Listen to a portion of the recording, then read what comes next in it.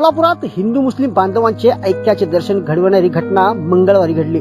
सोन्या मारुती येथील रहिवासी शरद सदाशिव गोखले वय वर्षे 80 हे त्यांचे बंधू सुहास सदाशिव गोखले हे त्यांच्या सोबत राहत होते। दरम्यान मंगळवारी सकाळच्या सुमारास शरद गोखले यांचे निधन झाले। शरद गोखले व सुहास गोखले यांचे या दोघा भावांचे लग्न झाले नसून घरात कोणी नाही व नातेवाईक हे पुण्यात राहायचे।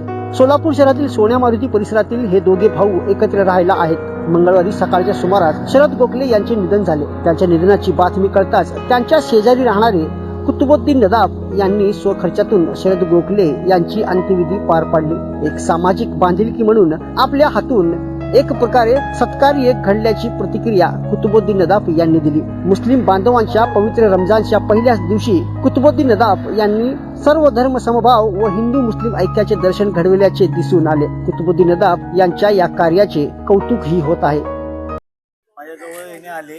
कोण आले? त्यांच्या शेजारी राहणारे 2 लोक आले होते।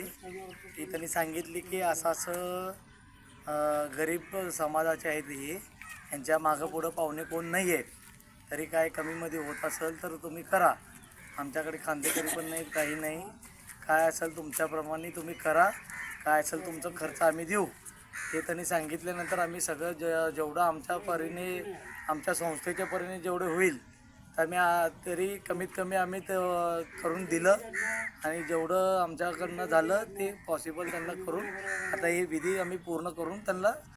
नाव काय आहे ना? सुहास सदाशिव गोखले। हे मेलेले कोण आहेत आता? माहीत झालेले वारलेले व्यक्ती बोलला की तुम्हाला मोठा भाऊ आहे। मोठा भाऊ। तुम्हाला कोण नाहीत का पाहुणे रावळे? दुसऱ्या गावाला